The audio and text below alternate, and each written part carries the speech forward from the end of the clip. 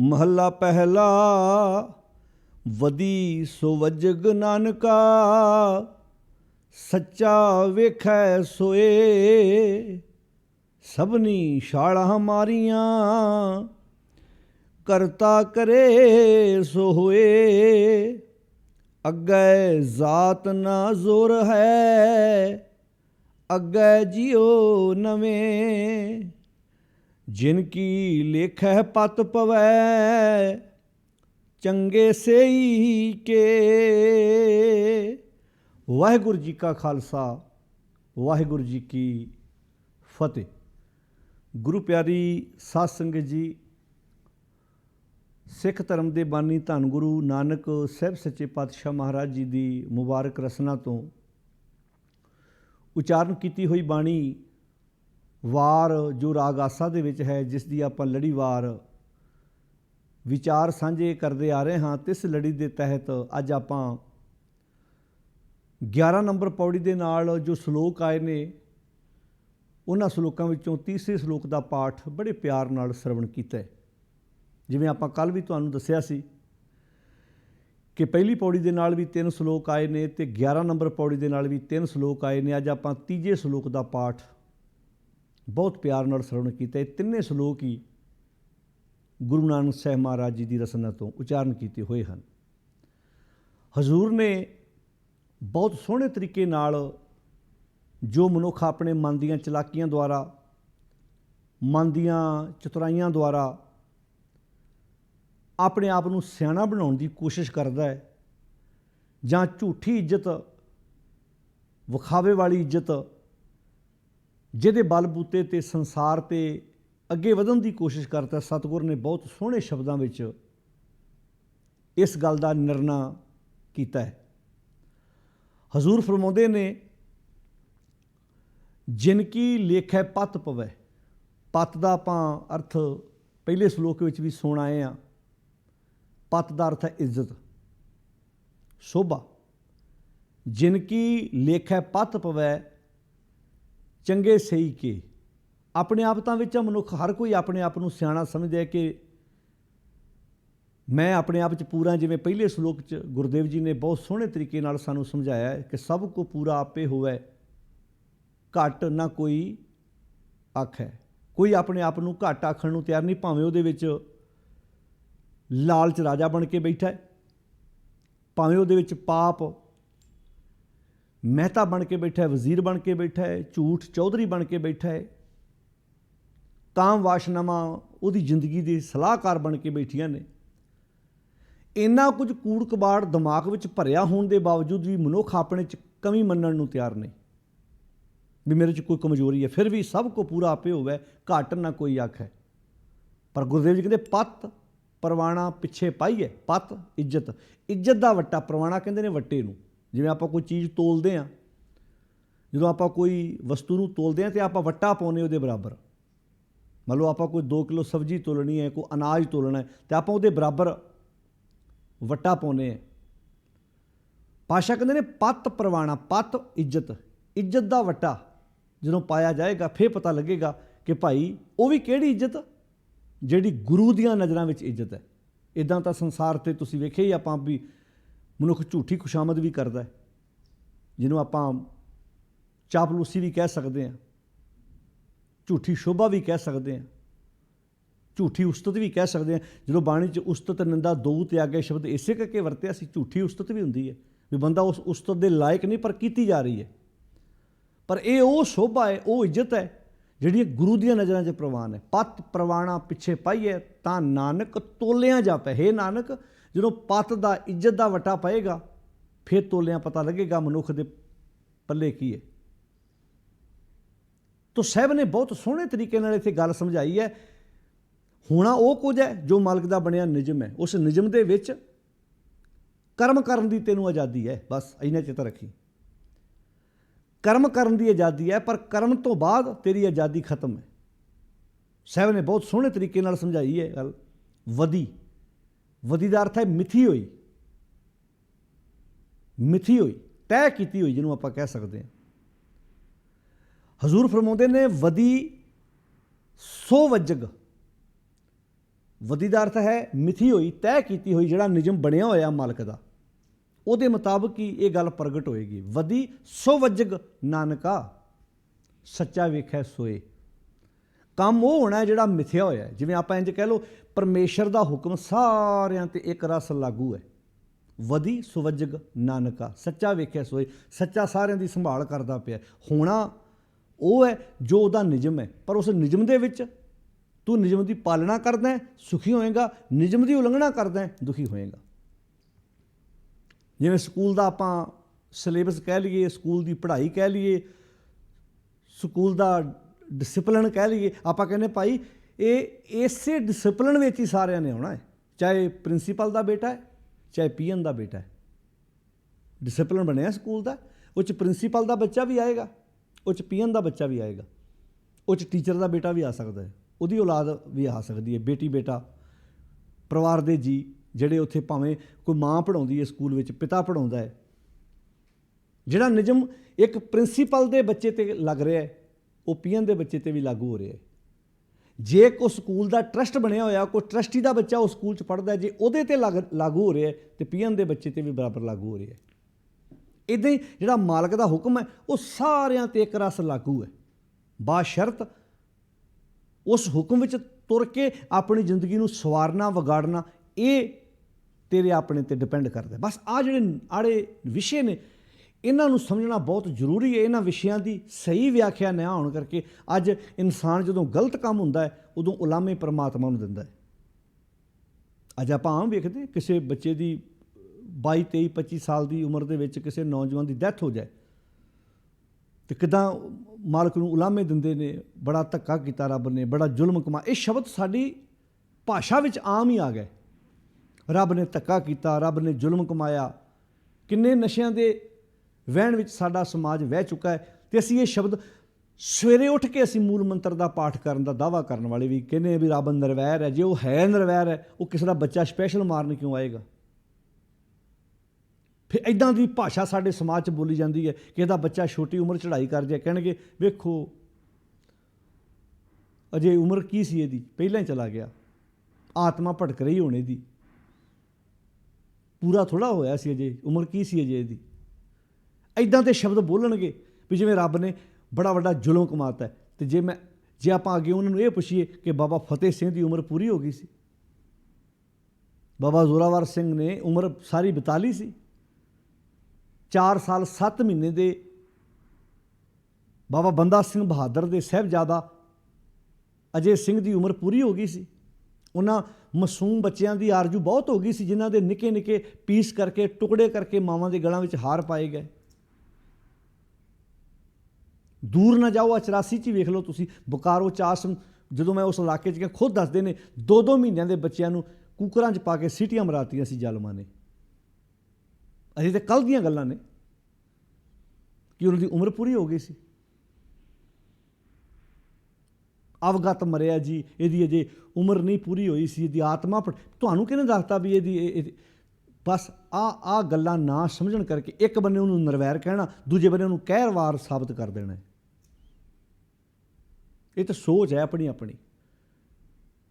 ਸਤਿਗੁਰ ਨੇ ਬਹੁਤ ਕਿਉਂਕਿ ਵਿਪਰ ਬੜਾ ਤੇਜ਼ ਸੀ, ਉਹ ਕਿਸੇ ਨਾ ਕਿਸੇ ਰੂਪ ਦੇ ਵਿੱਚ ਆਉਂਦਾ ਰਿਹਾ, ਕਿਸੇ ਨਾ ਕਿਸੇ ਰੂਪ ਵਿੱਚ ਆਉਂਦਾ। ਜਿਵੇਂ ਆਪਾਂ ਪਿਛਲੇ ਸ਼ਲੋਕ 'ਚ ਪੜ੍ਹ ਆਏ ਨਾ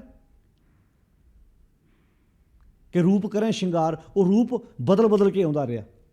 ਕਦੀ ਬੋਧੀ ਦੇ ਰੂਪ 'ਚ, ਕਦੀ ਧੋਤੀ ਦੇ ਰੂਪ 'ਚ, ਕਦੀ ਕਸ਼ਹਿਰੇ ਕਿਰਪਾਨ ਦੇ ਰੂਪ 'ਚ, ਕਦੀ ਦਮਾਲੇ ਕਿਰਪਾਨ ਦੇ ਰੂਪ 'ਚ, ਮਾਫ਼ ਕਰਨਾ ਇਹ ਸੱਚ ਹੈ, ਕਦੀ ਇੱਦਾਂ ਦੀ ਪੱਗ ਵਾਲੇ ਰੂਪ 'ਚ, ਕਦੀ ਚੋਲੇ ਦੇ ਰੂਪ 'ਚ, ਕਦੀ ਭੀੜੀ ਪਜਾਮੀ ਦੇ ਰੂਪ 'ਚ ਆਉਂਦਾ ਹੈ। ਜਦੋਂ ਇਹ ਕਹਿੰਦਾ ਰੱਬ ਨੂੰ ਵੱਖਰੀ ਵੱਖਰੀ ਵੰਨਗੀ ਦੇ ਨਾਲ ਪੇਸ਼ ਕਰਦਾ ਆਪਣਾ ਲੋਕਾਂ 'ਤੇ ਦਬਦਬਾ ਬਣਾਉਣ ਵਾਸਤੇ। ਸਤਿਗੁਰ ਨੇ ਜਦੋਂ ਵੀ ਕਿਸੇ ਨੂੰ ਸਮਝਾਇਆ ਬਾਣੀ ਦੀ ਵਿਚਾਰ ਨਾਲ ਜੋੜਿਆ, ਭਾਈ ਬਾਣੀ ਪੜ੍ਹ ਸਮਝ ਤੇ ਆਪੇ ਦੀ ਪਹਿਚਾਣ ਕਰ। ਹੁਣ ਤੁਸੀਂ ਵੇਖੋ ਕਿੱਡੀ ਕਮਾਲ ਦੀ ਗੱਲ ਕਹੀ ਗੁਰਦੇਵ ਨੇ। ਆਪਾਂ ਜਦੋਂ ਪਹਿਲੇ ਸ਼ਲੋਕ ਵਿੱਚ ਗੱਲ ਕੀਤੀ ਹੈ, ਉੱਥੇ ਗੁਰਦੇਵ ਜੀ ਨੇ ਨਾਨਕ ਵਖਾਣੇ ਬੇਨਤੀ ਤੁਧ ਬਾਜ, ਤੁਧ ਬਾਜ, ਇੱਥੇ ਕਹਤਾ ਵਦੀ ਸੋ ਵਜਗ ਨਾਨਕਾ, ਸੱਚਾ ਵੇਖਿਆ ਸੋਏ, ਉੱਥੇ ਕਹਤਾ ਤੁਧ ਬਾਜ। ਜੇ ਉਹ ਵਿੱਚ ਨਹੀਂ ਹੈਗਾ ਤੇ ਸਭ ਛਲ ਹੈ, ਜੋ ਵਿੱਚ ਹੈ ਫਿਰ ਛਲ ਨਹੀਂ ਹੈ। ਭਾਵੇਂ ਰਾਜਾ ਹੈ, ਪਰਜਾ ਹੈ, ਸੋਨਾ ਹੈ, ਚਾਂਦੀ ਹੈ, ਕੁਝ ਵੀ ਹੈ। ਛਲ ਉਦੋਂ ਬਣਦਾ ਹੈ ਜਦੋਂ ਵਿੱਚੋਂ ਰੱਬੀ ਗੁਣ ਨਿਕਲ ਜਾਂਦੇ ਨੇ, ਫਿਰ ਛਲ ਬਣ ਜਾਂਦਾ ਹੈ। ਨਾਨਕ ਵਖਾਣੇ ਬੇਨਤੀ ਤੁਧ ਬਾਜ ਕੂੜੋ ਕੂੜ। ਦੂਜੇ ਸਲੋਕ 'ਚ ਵੀ ਉਹ ਗੱਲ ਸਮਝਾਤੀ ਗੁਰਦੇਵ ਜੀ ਨੇ, ਲੱਭ ਪਾਪ ਦੋਇ ਰਾਜਾ ਮਹਿਤਾ ਕੂੜ ਹੋਆ ਸਿਕਦਾਰ।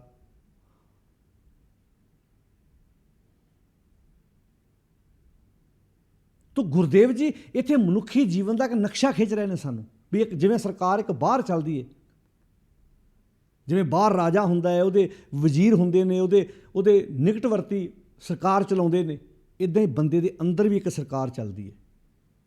ਹਾਂ, ਬਾਹਰ ਦੀ ਸਰਕਾਰ ਤੇ ਕਈ ਵਾਰੀ ਜਿਸ ਨੂੰ ਆਪਣੇ ਅੰਦਰ ਦੀ ਸਰਕਾਰ ਬਦਲਣੀ ਆ ਗਈ, ਉਹ ਬਾਹਰ ਦੀ ਸਰਕਾਰ ਵੀ ਬਦਲ ਪਾਏਗਾ। ਬੂੰਦ ਬੂੰਦ ਤੋਂ ਸਾਗਰ ਭਰਦਾ ਹੈ। ਇਹ ਵੀ ਨਹੀਂ ਆਪਾਂ ਕਹਿ ਸਕਦੇ ਬਾਹਰ ਦੀਆਂ ਸਰਕਾਰਾਂ ਨੇ ਬਦਲ ਸਕਦੀਆਂ ਨੇ। ਜੇ ਇੱਕ ਬੰਦੇ ਤੋਂ ਦੋ ਬੰਦੇ ਸਿਆਣੇ ਹੋਣ, ਦੋ ਤੋਂ ਤਿੰਨ ਸਿਆਣੇ ਹੋਣ, ਹੌਲੀ ਹੌਲੀ ਲੋਕਾਂ ਦੀ ਸੋਚ ਬਦਲੇ ਤੇ ਫਿਰ ਆਗੂ ਵੀ ਵਧੀਆ ਚੁਣੇ ਜਾ ਸਕਦੇ ਨੇ, ਸਮਾਜ ਨੂੰ ਸੇਧ ਦੇਣ ਵਾਲੇ। ਤੋ ਇੱਥੇ ਮਹਾਰਾਜ ਕਹਿੰਦੇ ਵਧੀ ਮਿਥੀ ਹੋਈ, ਤੈਅ ਕੀਤੀ ਹੋਈ, ਜਿਹੜੀ ਤੈਅ ਕੀਤੀ ਹੋਈ ਹੈ ਨਾ, ਉਹ ਤੂੰ ਬਦਲ ਨਹੀਂ ਸਕਦਾ। ਉਸੇ ਨੂੰ ਅਭੁੱਲ ਗੁਰੂ ਕਿਹਾ ਸੀ, ਅਭੁੱਲ ਗੁਰੂ ਕਰਤਾਰ। ਉਹ ਗੁਰੂ ਕਰਤਾਰ ਅਭੁੱਲ ਕਿਉਂ ਕਿਹਾ ਸੀ? ਵੀ ਉਹ ਆਪਣੀ ਜੀਵਨ 'ਚ ਕੋਈ ਗਲਤੀ, ਉਹਦਾ ਬਣਿਆ ਹੋਇਆ ਨਿਯਮ ਸਾਰਿਆਂ 'ਤੇ ਇੱਕ ਰਸ ਲਾਗੂ ਹੈ। ਵੱਜਗ ਦਾ ਅਰਥ ਕੀ ਹੈ? ਪ੍ਰਗਟ। ਵਧੀ ਸੋ ਵੱਜਗ ਨਾਨਕਾ ਸੱਚਾ ਵੇਖੈ ਸੋਏ। ਅੱਜ ਜਦੋਂ ਕੋਈ ਘਟਨਾ ਵਾਪਰਦੀ ਹੈ ਨਾ, ਆਪਾਂ ਇੱਦਾਂ ਆਮ ਸਾਡੇ ਕਹਿਣਗੇ ਵੇਖੋ ਇੰਨੀ ਲਿਖੀ ਸੀ ਮਾਲਕ ਨੇ। ਕਤਲ ਵੇਲੇ ਵੀ ਇਹ ਗੱਲ ਕਹੋਗੇ, ਕਿਸੇ ਦਾ ਕਤਲ ਹੋ ਜਾਂਦਾ ਹੈ।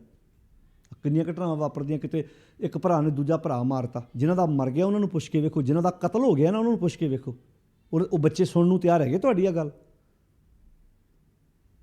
ਉੱਥੇ ਇਹ ਕਹੋਗੇ ਇੰਨੀ ਰੱਬ ਨੇ ਲਿਖੀ ਸੀ। ਇੱਦਾਂ ਬਣਾਉਂਦੇ ਜਿਵੇਂ ਰੱਬ ਨੇ ਇੱਦਾਂ ਲਿਖੀ ਸੀ ਵੀ ਪਿਓ ਨੇ ਦਾਤਰ ਲੈ ਕੇ ਪੁੱਤ ਦਾ ਕਤਲ ਕਰਨਾ ਹੈ। ਫਿਰ ਤਾਂ ਵਜ਼ੀਰ ਖਾਂ ਬਰੀ ਹੈ, ਫਿਰ ਤਾਂ ਸੁਚਾਨੰਦ ਖੱਤਰੀ ਬਰੀ ਹੈ, ਜਿਹਨੇ ਆਖਿਆ ਸੀ ਉਹਨੂੰ ਕਹਿਓ ਨਵਾਬ ਸਰਪ ਬਸੂਰੇ, ਛੋਟੇ ਵੱਡੇ ਡਸਕ ਜ਼ਰੂਰੇ। ਫਿਰ ਤਾਂ ਚੰਦੂ ਬਰੀ ਹੈ, ਫਿਰ ਤੇ ਉਹ ਜਲਾਦ ਬਰੀ ਨੇ ਜਿਨ੍ਹਾਂ ਨੇ ਮਾਸੂਮ ਬੱਚਿਆਂ ਨੂੰ ਗੋਹ 'ਚ ਖੋਹ ਕੇ ਤੇ ਨੇਜਿਆਂ 'ਤੇ ਟੰਗ ਦਿੱਤਾ ਸੀ ਉਹਨਾਂ ਨੂੰ, ਉਹ ਸਭ ਬਰੀ ਹੋ ਜਾਣਗੇ। ਉਹ ਕਹਿਣਗੇ ਲਿਖਿਆ ਇੱਦਾਂ ਸੀ, ਸਾਡਾ ਕਸੂਰ ਹੈ।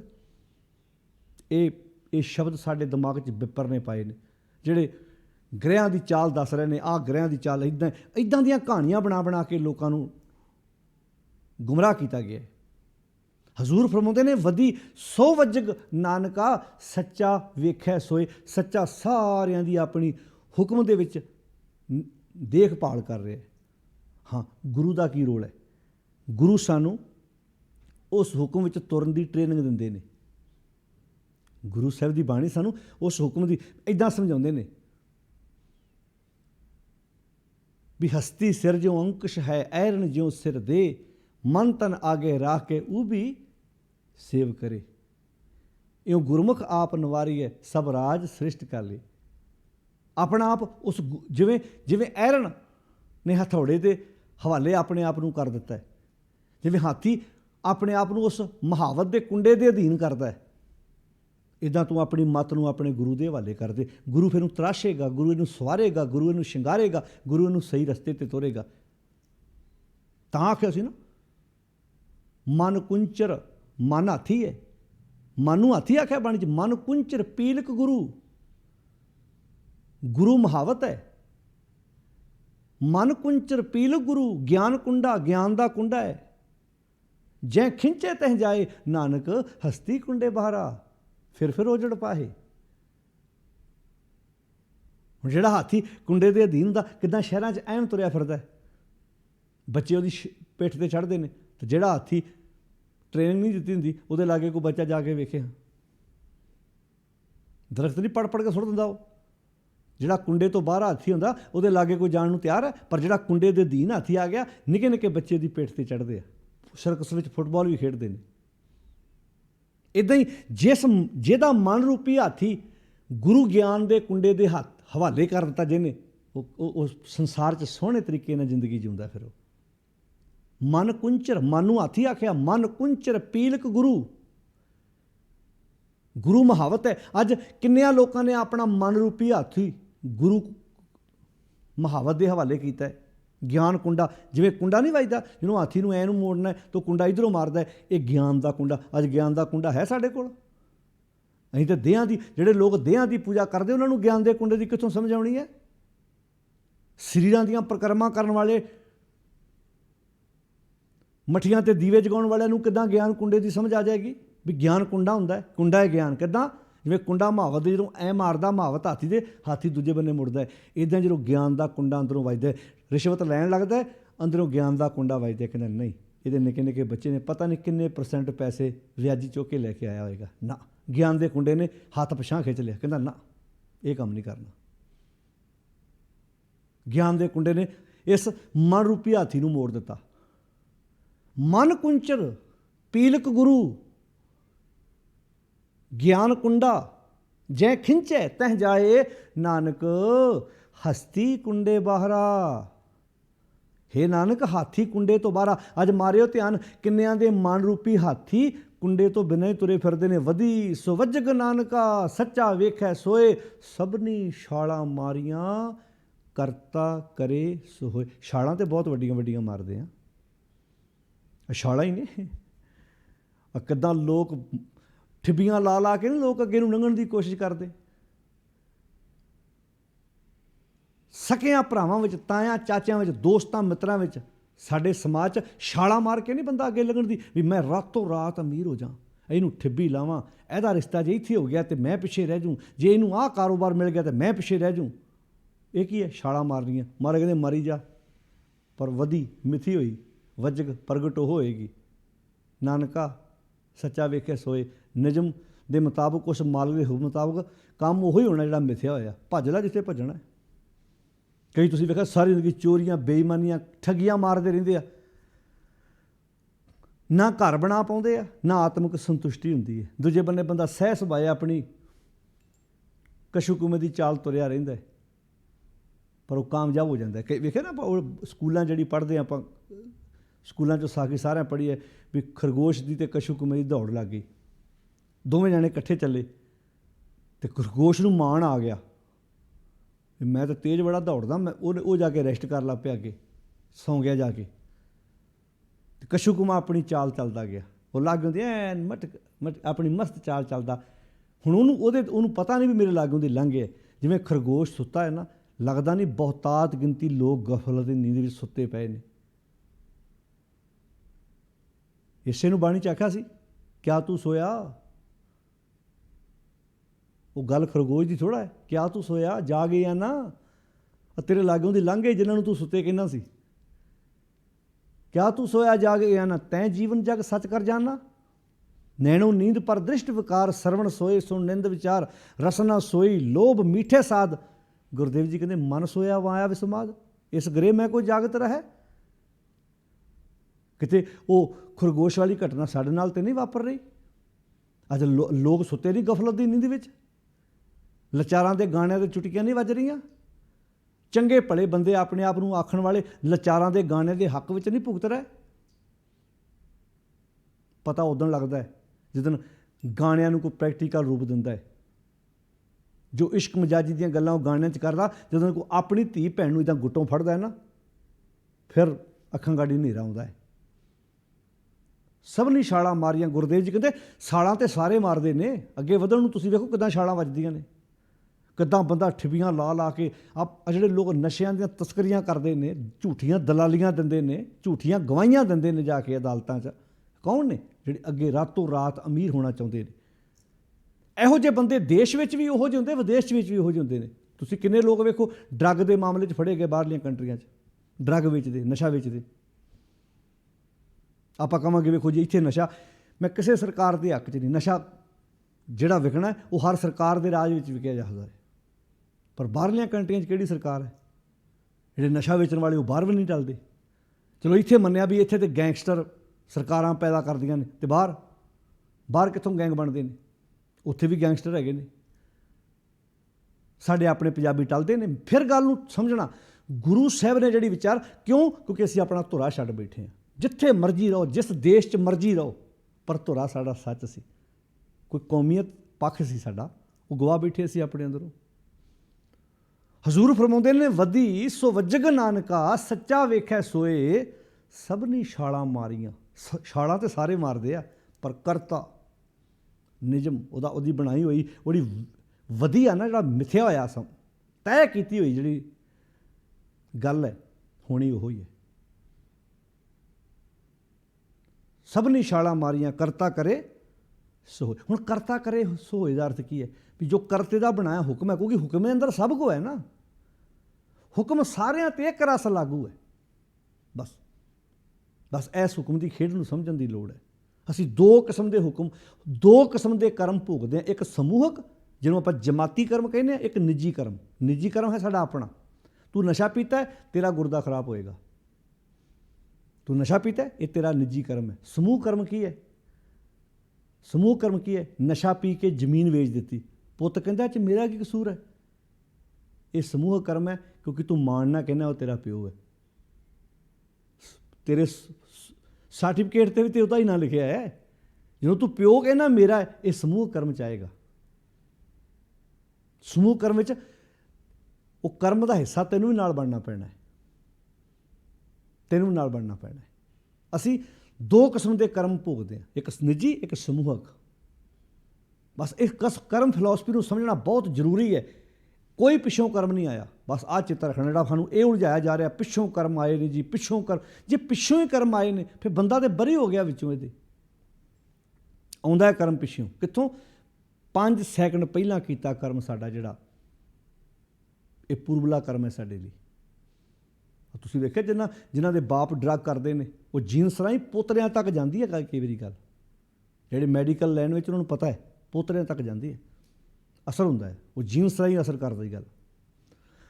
ਤੋ ਖੈਰ ਸਾਧ ਸੰਗਤ, ਗੁਰਦੇਵ ਪਿਤਾ ਮਾਰੇ ਕਹਿੰਦੇ ਸਭਨੀ ਛਾਲਾਂ ਮਾਰੀਆਂ ਕਰਤਾ ਕਰੇ ਸੋ ਹੋਏ। ਅੱਗੇ, ਹੁਣ ਅੱਗੇ ਦਾ ਅਰਥ ਕੀ ਹੈ? ਮਰਨ ਤੋਂ ਬਾਅਦ।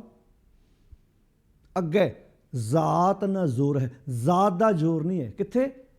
ਗੁਰੂ ਦੀਆਂ ਨਜ਼ਰਾਂ 'ਚ। ਕਿਉਂਕਿ ਉੱਥੇ ਜਿਹੜੀ ਇੱਜ਼ਤ ਹੈ ਨਾ, ਤੇਰੀ ਜਾਤ ਦੀ ਕਰਕੇ ਨਹੀਂ ਹੋਣੀ ਕਿ ਤੂੰ ਉੱਚੀ ਜਾਤ ਦਾ ਆ ਜਾ, ਤੈਨੂੰ ਅੱਗੇ ਸਨਮਾਨ ਦੇਵੇਗਾ, ਤੈਨੂੰ ਸਰੂਪਾ ਮਿਲੇਗਾ। ਤੈਨੂੰ ਗੁਰੂ ਦੀਆਂ ਨਜ਼ਰਾਂ 'ਚ, ਕਿਉਂਕਿ ਪੱਤ ਪ੍ਰਵਾਣਾ ਨਾ, ਪੱਤ ਪ੍ਰਵਾਣਾ ਪਿੱਛੇ ਪਾਈਏ ਤਾਂ ਨਾਨਕ ਤੋਲਿਆਂ ਜਾਪੈ। ਅਤੇ ਇੱਥੇ ਕਹਿੰਦਾ ਜਿਨ ਕੀ ਲਿਖੇ ਪੱਤ ਪਵੈ, ਚੰਗੇ ਸਹੀ ਕੇ। ਪੱਤ ਦੀ ਗੱਲ ਹੈ ਨਾ ਇੱਥੇ। ਕਿ ਅੱਗੇ, ਅੱਗੇ, ਅੱਗੇ ਦਾ ਅਰਥ ਕੀ ਹੈ? ਅਗਲੇ ਜਨਮ 'ਚ ਨਹੀਂ। ਅੱਗੇ ਦਾ ਅਰਥ ਹੈ ਆਉਣ ਵਾਲੇ ਪਲ 'ਚ। ਅੱਗੇ ਦਾ ਅਰਥ ਹੈ ਗੁਰੂ ਦੀਆਂ ਨਜ਼ਰਾਂ 'ਚ। ਜ਼ਾਤ ਨਾ ਜ਼ੋਰ, ਜ਼ਾਤ ਦਾ ਜ਼ੋਰ ਨਹੀਂ ਚੱਲਣਾ ਇੱਥੇ। ਸੰਸਾਰ 'ਤੇ ਜਾਤ ਦਾ ਜ਼ੋਰ ਚੱਲ ਜਾਂਦਾ ਹੈ। ਇਹ ਉੱਚੀ ਜਾਤ ਦਾ ਹੈ, ਨੀਵੀਂ ਜਾਤ ਦਾ ਹੈ। ਅੱਗੇ ਜੀਓ ਨਵੇਂ। ਨਵੇਂ ਦਾ ਅਰਥ ਕੀ ਹੈ? ਅੱਗੇ ਜੀਓ ਕੋਮਲ। ਉੱਥੇ ਤਾਂ ਕੋਮਲਤਾ ਵੇਖੀ ਜਾਣੀ ਹੈ ਤੇਰੀ। ਗੁਰੂ ਦੇ ਕੋਲ ਤਾਂ ਤੇਰੀ ਜਾਤ ਦਾ ਜ਼ੋਰ ਨਹੀਂ ਵੇਖਿਆ ਜਾਣਾ, ਕੋਮਲਤਾ ਵੇਖੀ ਜਾਣੀ ਹੈ। ਹੁਣ ਕੋਮਲਤਾ ਦੀ ਡੈਫੀਨੇਸ਼ਨ ਆਪਾਂ ਬਾਣੀ 'ਚੋਂ ਸਮਝਣ ਦਾ ਯਤਨ ਕਰਨਾ। ਕਬੀਰ ਜੈਸੀ ਉਪਜੀ ਪੇੜ 'ਤੇ। ਜੇ ਕੋਮਲਤਾ ਵੇਖਣੀ ਹੈ ਤਾਂ ਤੁਸੀਂ ਦਰਖਤ ਵਿੱਚ ਵੇਖਿਓ। ਜਦੋਂ ਦਰਖਤ ਧਰਤੀ 'ਚ ਉੱਗਦਾ ਹੈ ਨਾ, ਉੱਗਦੇ ਦਰਖਤ ਵਿੱਚ ਕਿੰਨੀ ਕੋਮਲਤਾ ਹੁੰਦੀ ਹੈ, ਕਿੰਨੀ ਲਚਕ ਹੁੰਦੀ ਹੈ। ਜਦੋਂ ਹਵਾ ਤੇਜ਼ ਵਗਦੀ ਹੈ, ਉਹਦਾ ਉੱਪਰਲਾ ਸਿਰਾ ਪੌਦੇ ਦਾ ਧਰਤੀ ਨਾਲ ਟੱਚ ਕਰ ਜਾਂਦਾ ਹੈ। ਹਵਾ ਵਗਦੀ ਹੈ ਅਤੇ ਝੁਕ ਜਾਂਦਾ ਹੈ। ਹਵਾ ਵਗਣ ਤੋਂ ਬਾਅਦ ਫਿਰ ਉੱਥੇ ਆ ਜਾਂਦਾ ਹੈ। ਹਵਾ ਜਦੋਂ ਰੁਕ ਜਾਂਦੀ ਹੈ ਫਿਰ ਉੱਥੇ ਆਪਣੀ ਜਗ੍ਹਾ 'ਤੇ ਆ ਜਾਂਦਾ। ਲਚਕ ਹੈ, ਉਹ ਲਚਕ ਕਰਕੇ ਉਹ ਹਵਾ ਉਹਦਾ ਨੁਕਸਾਨ ਨਹੀਂ ਕਰ ਪਾਉਂਦੀ। ਪਰ ਜਿਉਂ-ਜਿਉਂ ਉਹ ਪੌਦਾ ਵੱਡਾ ਹੁੰਦਾ ਜਾਂਦਾ, ਉਹਦੀ ਜਿਹੜੀ ਲਚਕ ਹੈ, ਜਿਹੜੇ ਅੰਦਰ ਦੀ ਕੋਮਲਤਾ ਹੈ, ਉਹ ਕਠੋਰਤਾ 'ਚ ਤਬਦੀਲ ਹੁੰਦੀ ਜਾਂਦੀ ਹੈ। ਹੁਣ ਵੱਡਾ ਹੋ ਗਿਆ ਪੌਦਾ, ਵੱਡਾ ਹੋ ਗਿਆ, ਹੁਣ ਧਰਤੀ ਤੋਂ 10-15 ਫੁੱਟ ਉੱਚਾ ਚਲਾ ਗਿਆ। ਅੱਜ ਹਵਾ ਵਗਦੀ ਹੈ, ਅੱਜ ਝੁਕਦਾ ਨਹੀਂ। ਅੱਜ ਉਹਦੇ ਆਕੜਨ ਕਰਕੇ ਹਵਾ ਪਟਕਾ ਕੇ ਇਹੋ ਜਿਹਾ ਮਾਰਦੀ ਕਿ ਉਹਦੀ ਜੜ੍ਹਾਂ 'ਚੋਂ ਪੁੱਟ ਕੇ ਦਰਖਤ ਬਾਹਰ ਰੱਖ ਦਿੰਦੀ। ਤੁਸੀਂ ਵੇਖਿਆ ਕਿਹੜੇ-ਕਿਹੜੇ ਦਰਖਤ ਧਰਤੀ 'ਚੋਂ ਪੱਟ ਕੇ ਨਾਲ ਹੀ ਜੜ੍ਹਾਂ ਸਮੇਤ ਬਾਹਰ ਆ ਜਾਂਦੇ ਆ, ਲੱਕ 'ਚੋਂ ਮੋਸ਼ੇ ਵੱਢ ਹੋ ਜਾਂਦੇ ਆ। ਹੁਣ ਜੇ ਕੋਈ ਬੰਦਾ ਕਵੇ ਯਾਰ ਜਦੋਂ ਨਿੱਕਾ ਜਿਹਾ ਸੀ ਉਦੋਂ ਤਾਂ ਟੁੱਟਾ ਨਾ, ਉਦੋਂ ਲਚਕ ਸੀ, ਉਦੋਂ ਕੋਮਲਤਾ ਸੀ। ਉਦਾਹਰਨ ਇੱਕ ਪੌਦੇ ਦੀ ਦਿੱਤੀ, ਗੱਲ ਬੰਦੇ ਨੂੰ ਸਮਝਾਈ। ਨਵੇਂ ਦਾ ਅਰਥ ਕੀ? ਕੋਮਲਤਾ। ਉੱਥੇ ਤੇਰੀ ਜਾਤ ਦਾ, ਗੁਰੂ ਦੀਆਂ ਨਜ਼ਰਾਂ 'ਚ ਜਾਤ ਦਾ ਜ਼ੋਰ ਨਹੀਂ ਚੱਲਣਾ। ਉੱਥੇ ਤੇਰੇ ਅੰਦਰ ਦੀ ਕੋਮਲਤਾ ਵੇਖੀ ਜਾਣੀ ਹੈ, ਤੇਰੇ ਅੰਦਰ ਦਾ ਟਿਕਾਅ ਵੇਖਿਆ ਜਾਣਾ ਹੈ, ਤੇਰੇ ਅੰਦਰ ਦੀ ਉਹ ਨਿਯਮ ਵੇਖੀ ਜਾਣੀ ਹੈ, ਉਹ ਮਰਿਆਦਾ ਵੇਖੀ ਜਾਣੀ, ਜਿਹੜਾ ਗੁਰੂ ਦੀਆਂ ਨਜ਼ਰਾਂ 'ਚ ਪ੍ਰਵਾਨ ਹੋਣ ਲਈ ਚਾਹੀਦੀ ਹੈ, ਜਿਹੜੀਆਂ ਤੂੰ ਸ਼ਰਤਾਂ ਪੂਰੀਆਂ ਕਰਦਾ ਹੋਵੇ। ਕਬੀਰ ਜੈਸੀ ਉਪਜੀ ਪੇੜ 'ਤੇ। ਜਿੱਦਾਂ ਦੀ ਪੇੜ ਵਿੱਚੋਂ ਉਪਜਦਿਆਂ ਕੋਮਲਤਾ ਹੈ, ਤੈਸੀ ਨਿਭੈ ਓੜ। ਜੇ ਕਿਤੇ ਉੱਦਾਂ ਦੀ ਕੋਮਲਤਾ ਬਚਪਨ ਤੱਕ ਰਵੇ। ਹੀਰਾ ਕਿਸ ਕਾ ਬਪੁਰਾ, ਹੀਰਾ ਕੀ ਮੁਕਾਬਲਾ ਕਰ ਲੂ ਉਸ ਕੋਮਲਤਾ ਦਾ। ਪੁੱਜੇ ਨਾ ਰਤਨ ਕਰੋੜ। ਰਤਨ ਕਰੋੜ, ਕਰੋੜਾਂ ਰਤਨ ਵੀ, ਹੀਰੇ ਤਾਂ ਬਹੁਤ, ਕਰੋੜਾਂ ਰਤਨ ਵੀ ਉਸ ਕੋਮਲਤਾ ਦਾ ਮੁਕਾਬਲਾ ਨਹੀਂ ਕਰ ਸਕਦੇ। ਹੁਣ ਇਹਨੂੰ ਆਪਣੇ ਤੇ ਲੈ ਆਓ। ਜਦੋਂ ਬੱਚਾ ਛੋਟਾ ਹੁੰਦਾ ਕੋਮਲਤਾ ਹੁੰਦੀ ਹੈ ਕਿ ਨਹੀਂ ਹੁੰਦੀ? ਇਹ ਆਪਾਂ ਗੱਲ ਸੈਂਕੜੇ ਵਾਰ ਪਹਿਲਾਂ ਕਰ ਚੁੱਕੇ ਹਾਂ। ਜਿਹੜਾ ਬੱਚਾ ਛੋਟਾ ਹੁੰਦਾ ਉਹ 'ਚ ਕੋਈ ਮੇਰ ਤੇਰ ਨਹੀਂ ਹੁੰਦੀ, ਉਹ 'ਚ ਕੋਈ ਵਿਤਕਰਾ ਨਹੀਂ ਹੁੰਦਾ, ਉਹਦੇ ਵਿੱਚ ਕੋਈ ਵਲ ਛਲ ਨਹੀਂ ਹੁੰਦਾ। ਉਹ ਦਾਦੀ ਦੇ ਹੱਥਾਂ 'ਚ ਵੀ ਜਾ ਕੇ ਖੇਡ ਆਉਂਦਾ ਹੈ, ਤਾਈ ਦੇ ਨਾਲ ਵੀ ਖੇਡ ਆਉਂਦਾ ਹੈ, ਚਾਚੀ ਨਾਲ ਵੀ ਖੇਡ ਆਉਂਦਾ ਹੈ। ਤਾਏ ਚਾਚੇ ਵੀ ਚੰਗੇ ਲੱਗਦੇ। ਤੁਸੀਂ ਵੇਖਿਆ ਕਈਆਂ ਭਰਾਵਾਂ ਦੇ ਘਰ ਇੱਦਾਂ ਹੁੰਦਾ, ਇਸ ਬੰਨੇ ਵੱਡੇ ਭਰਾ ਦਾ ਘਰ, ਦੂਜੇ ਗਲੀ ਦੇ ਦੂਸਰੇ ਪਾਸੇ ਛੋਟੇ ਭਰਾ ਦਾ ਘਰ, ਬਣਦੀ ਨਹੀਂ ਆਪਸ ਵਿੱਚ। ਕਈ ਤੁਸੀਂ ਐਸੇ ਪਰਿਵਾਰ ਵੇਖੇ ਆ ਜਿੱਥੇ ਇੱਕ ਭਰਾ ਦੀ ਦੂਜੇ ਭਰਾ ਨਾਲ ਨਹੀਂ ਬਣਦੀ। ਇੱਕ ਗਲੀ ਦੇ ਦੂਸਰੇ ਬੰਨੇ ਵੱਡੇ ਭਰਾ ਦਾ, ਦੂਜੇ ਬੰਨੇ ਛੋਟੇ ਭਰਾ ਦਾ। ਛੋਟੇ ਹੁੰਦਿਆਂ ਉਹ ਬੱਚੇ ਤਾਏ ਚਾਚਿਆਂ ਦੀ ਗੋਦ ਵਿੱਚ ਖੇਡਦੇ ਆ। ਘਰ ਵੱਖਰੇ ਬਣ ਗਏ, ਬੱਚੇ ਤਾਂ ਛੋਟੇ ਹੀ ਨੇ, ਅੱਡ ਹੋ ਗਏ। ਭਰਾ ਭਰਾ ਨਾਲ ਨਹੀਂ ਬੋਲਦੇ, ਤਾਈ ਚਾਚੀ ਨਾਲ ਨਹੀਂ ਬੋਲਦੀ, ਪਰ ਬੱਚਾ ਉਹਨਾਂ ਵੱਲ ਵੇਖ ਕੇ ਵੀ ਹੱਸ ਪੈਂਦਾ, ਕਿਉਂਕਿ ਕੋਮਲਤਾ ਹੈ ਨਾ, ਅਜੇ ਦਰਖਤ ਵਰਗੀ ਕੋਮਲਤਾ ਹੈ ਅੰਦਰ ਉਹ 'ਚ। ਪਰ ਜਿਉਂ ਉਹਨੇ ਵੱਡੇ ਹੁੰਦੇ ਜਾਣਾ, ਫਿਰ ਉਹਦੇ ਅੰਦਰ ਵਾਇਰਸ ਆਪਾਂ ਪਾਉਣਾ ਹੈ। ਦਾਦੀ ਨਾਲ ਨਹੀਂ ਬੋਲਣਾ, ਭੂਆ ਨਾਲ ਨਹੀਂ ਬੋਲਣਾ, ਤਾਈ ਨਾਲ ਨਹੀਂ ਬੋਲਣਾ, ਤਾਏ ਨੂੰ ਨਹੀਂ ਬੁਲਾਉਣਾ, ਫਿਰ ਉਹ ਵਾਇਰਸ ਅੰਦਰ ਜਾਂਦਾ ਹੈ। ਹੁਣ ਮੋਬਾਈਲ ਦਾ ਜਿਹੜਾ ਵਾਇਰਸ, ਉਹ ਤਾਂ ਪਤਾ ਆਪਾਂ ਨੂੰ ਵੀ ਕਿਸੇ ਨੇ ਪਿੰਨ ਡਰਾਈਵ ਦਿੱਤੀ ਪਾ ਗਈ, ਇਹ ਵਾਇਰਸ ਆਪਾਂ ਪਾਇਆ ਆਪਣੇ ਬੱਚਿਆਂ ਦੇ ਅੰਦਰ। ਇਸੇ ਨੂੰ ਭਗਤ ਧੰਨਾ ਜੀ ਨੇ ਕਿਹਾ ਸੀ ਨਾ, ਭਰਮਤ ਫਿਰਤ ਬਹੁ ਜਨਮ ਬਿਲਾਨੇ, ਤਨ ਮਨ ਤਨ ਨਹੀਂ ਧੀਰੇ, ਲਾਲਚ ਬਿਖ ਕਾਮ ਲੁਬਧ ਰਾਤਾਂ, ਮਨ ਬਿਸਰੇ ਪ੍ਰਭ ਹੀਰੇ, ਬਿਖ ਫਲ ਮੀਠ ਲਗੇ ਮਨ ਬੌਰੇ। ਜ਼ਹਿਰ ਵਾਲੇ ਫਲ ਇਸ ਮਨ ਬੌਰੇ ਨੂੰ ਕਿੱਦਾਂ ਮਿੱਠੇ ਲੱਗਦੇ ਨੇ। ਚਾਰ ਵਿਚਾਰ ਨਾ ਜਾਣਿਆ, ਚੰਗੀਆਂ ਵਿਚਾਰਾਂ ਇਸ ਮਨ ਨੂੰ ਚੰਗੀਆਂ ਲੱਗਦੀਆਂ ਹੀ ਨਹੀਂ। ਗੁਣ ਤੇ ਪ੍ਰੀਤ ਵੱਡੀ ਅਨਭਾਂਤੀ, ਗੁਣਾਂ ਨਾਲੋਂ ਪ੍ਰੀਤ ਘਟ ਗਈ। ਜਨਮ ਮਰਨ ਫਿਰ ਤਾਨਿਆ, ਜਨਮ ਮਰਨ ਦਾ ਤਾਣਾ ਤਣਿਆ ਗਿਆ। ਅੱਗੇ ਜ਼ਾਤ ਨਾ ਜ਼ੋਰ ਹੈ। ਉਸ ਮਾਲਕ ਦੀਆਂ ਨਜ਼ਰਾਂ 'ਚ, ਜਿਹੜਾ ਮਾਲਕ ਸਾਡੇ ਅੰਦਰ ਤਖਤ ਲਾ ਕੇ ਬੈਠਾ, ਉੱਥੇ ਜ਼ਾਤ ਦਾ ਜ਼ੋਰ ਨਹੀਂ ਚੱਲਣਾ। ਉੱਥੇ ਜੀਓ ਨਵੇਂ, ਉੱਥੇ ਤੇਰੇ ਅੰਦਰ ਦੀ ਕੋਮਲਤਾ ਵੇਖੀ ਜਾਣੀ ਹੈ ਗੁਰੂ ਦੀਆਂ ਨਜ਼ਰਾਂ 'ਚ। ਅੱਜ ਬੰਦਾ ਆਪਣੇ ਅੰਦਰ ਦੀ ਕੋਮਲਤਾ ਗਵਾ ਬੈਠਾ ਹੈ, ਕਠੋਰਤਾ ਕਰਕੇ ਅੱਜ ਸੰਸਾਰ ਦੇ ਰਿਸ਼ਤਿਆਂ 'ਚ ਵੀ ਤਰੇੜਾਂ ਪਈਆਂ ਹੋਈਆਂ ਨੇ। ਗੁਰੂ ਨਾਲ ਵੀ ਪਿਆਰ ਨਹੀਂ ਪਾਉਣ ਜੋਗਾ ਰਿਹਾ। ਜਿਨ ਕੀ ਲੇਖ ਹੈ ਪੱਤ ਪਵੇ, ਪਾਤਸ਼ਾਹ ਕਹਿੰਦੇ ਨੇ ਜਿਨ੍ਹਾਂ ਦੀ ਲੇਖ ਹੈ, ਲੇਖੇ ਵਿੱਚ ਪੱਤ ਮੈਨੂੰ ਇੱਜ਼ਤ ਪੈਂਦੀ ਹੈ। ਚੰਗੇ ਸਹੀ ਕਿ ਚੰਗਿਆਂ ਦੀ ਗਿਣਤੀ 'ਚ ਆਉਂਦੇ ਹੀ ਉਹ ਨੇ। ਇੱਥੇ ਇੱਜ਼ਤ ਧੱਕੇ ਨਾਲ ਨਹੀਂ ਕਰਾਈ ਜਾਣੀ। ਇੱਥੇ ਹੁਣ ਕੋਈ ਬੰਦਾ ਕਵੇ ਕਿ ਮੇਰੇ ਕੋਲ ਲਾਲਚ ਵੀ ਹੈਗਾ, ਮੇਰੇ 'ਚ ਕਾਮ ਵਾਸ਼ਨਾ ਵੀ ਹੈਗੀਆਂ, ਮੇਰੇ 'ਚ ਕ੍ਰੋਧ ਵੀ ਹੈਗਾ, ਤੇ ਫਿਰ ਵੀ ਮੈਨੂੰ ਲੋਕ ਕਹਿਣ, ਨਾ ਨਾ ਪਾਤਸ਼ਾਹ ਕਹਿੰਦੇ ਹੁੰਦਾ ਇੱਦਾਂ ਹੀ ਆ।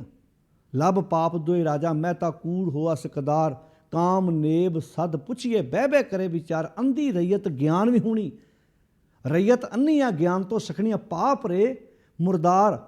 ਤੇ ਖੀਰ ਤੇ ਕਹਿਤਾ ਸਭ ਕੋ ਪੂਰਾ ਆਪੇ ਹੋਵੇ। ਇੰਨਾ ਕੁਝ ਦਿਮਾਗ 'ਚ ਭਰਿਆ, ਐਦਾਂ ਦੀ ਸਰਕਾਰ ਅੰਦਰ ਬਣੀ ਪਈ ਹੈ, ਤੇ ਬੰਦਾ ਛਾਤੀ ਤੇ ਹੱਥ ਮਾਰ ਕੇ ਆਪਣੇ ਆਪ ਨੂੰ ਪੂਰਾ ਕਹਿ ਰਿਹਾ ਹੈ। ਸਭ ਕੋ ਪੂਰਾ ਆਪੇ ਹੋਵੇ, ਘੱਟ ਨਾ ਕੋਈ ਆਖੈ, ਪੱਤ ਪਰਵਾਣਾ ਪਿੱਛੇ ਪਾਈਏ। ਪੱਤ ਮਾਲਕ ਦੀਆਂ ਨਜ਼ਰਾਂ 'ਚ ਜਿਹੜੀ ਇੱਜ਼ਤ ਹੈ, ਉਹਦਾ ਵੱਟਾ ਜਦੋਂ ਪਵੇਗਾ ਤਾਂ ਨਾਨਕ ਤੋਲਿਆਂ ਜਾਪੈ, ਫੇਰ ਤੋਲਿਆਂ ਪਤਾ ਲੱਗੂ, ਫਿਰ ਤੋਲ 'ਚ ਪੂਰਾ ਹੋਏਗਾ ਤੇ ਗੱਲ ਬਣੇਗੀ, ਆਪਣੇ ਆਪ 'ਚ ਨਹੀਂ। ਤੋ ਪਾਤਸ਼ਾਹ ਜੀ ਨੇ ਇਹ ਪੌੜੀ ਦੇ ਨਾਲ ਜਿਹੜੇ ਤਿੰਨੇ ਸਲੋਕ, ਅੱਜ ਆਪਾਂ 11 ਨੰਬਰ ਪੌੜੀ ਦੇ ਨਾਲ ਜਿਹੜੇ 3 ਸਲੋਕ ਆਏ ਨੇ, ਉਹਨਾਂ ਦੀ ਲੜੀਵਾਰ ਵਿਚਾਰ ਕੀਤੀ ਇੱਕ ਇੱਕ ਦਿਨ। ਵੈਸੇ ਤਾਂ ਕਈ ਵਾਰੀ ਲੱਗਦਾ ਵੀ ਸਲੋਕ ਛੋਟਾ, ਦੂਜੇ ਸਲੋਕ ਨਾਲ ਕਰ ਲਈਏ, ਪਰ ਨਹੀਂ, ਅਸੀਂ ਕੋਸ਼ਿਸ਼ ਕਰ ਰਹੇ ਹਾਂ ਵੀ ਇਕੱਲੇ ਸਲੋਕ ਦੀ ਵਿਚਾਰ ਤੁਹਾਡੇ ਨਾਲ ਸਾਂਝੀ ਕੀਤੀ ਜਾਏ, ਵੀ ਆਹ ਜਿਹੜੀਆਂ ਗੱਲਾਂ ਨੇ ਇਹਨਾਂ ਨੂੰ ਆਪਾਂ ਸਮਝ ਸਕੀਏ। ਵਧੀ ਸੋ ਵੱਜਗ ਨਾਨਕਾ, ਸੱਚਾ ਵੇਖਿਆ ਸੋਏ। ਜੋ ਮਿਥਿਆ ਹੋਇਆ ਹੈ ਹੋਣਾ ਉਹ ਹੀ ਹੈ, ਪਰ ਉਸ ਮਿਥੇ ਹੋਏ ਦੇ ਮਿਥਿਆ ਹੋਇਆ ਕੀ ਹੈ? ਹੁਕਮ, ਨਿਯਮ। ਨਿਯਮ ਉਹਦਾ ਮਿਥਿਆ ਹੋਇਆ, ਤੈਅ ਹੋਇਆ ਹੈ। ਉਸ ਨਿਯਮ ਦੇ ਵਿੱਚ ਜੇ ਤੇ ਆਪਣੇ ਆਪ ਨੂੰ ਤੋੜ ਲਵੇਂਗਾ ਤਾਂ ਸੁਖੀ ਹੋਏਗਾ, ਜੇ ਨਿਯਮ ਦੀ ਉਲੰਘਣਾ ਕਰਨੀ ਸ਼ੁਰੂ ਕਰੇਗਾ ਤਾਂ ਦੁਖੀ ਹੋਏਗਾ। ਸੌਖਾ ਸਮਝ ਲਓ। ਹੋਰ ਅੱਜ ਕੱਲ੍ਹ ਤੇ ਮੇਰੇ ਖਿਆਲ 'ਚ ਕੋਈ ਐਸਾ ਪਰਿਵਾਰ ਹੋਣਾ ਜਿਨ੍ਹਾਂ ਦਾ ਕੋਈ ਰਿਸ਼ਤੇਦਾਰ, ਕੋਈ ਪੁੱਤਰ ਧੀ, ਕੋਈ ਦੋਸਤ ਮਿੱਤਰ ਬਾਹਰਲੀ ਕੰਟਰੀ 'ਚ ਨਹੀਂ ਗਿਆ।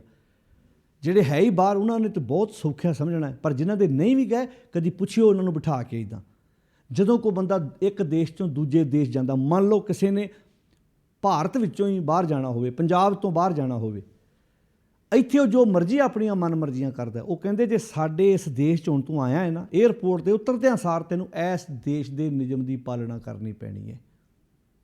ਨਿਯਮ ਇਸ ਦੇਸ਼ ਦਾ ਸਾਰਿਆਂ 'ਤੇ ਇੱਕੋ ਜਿਹਾ ਹੀ ਹੈ।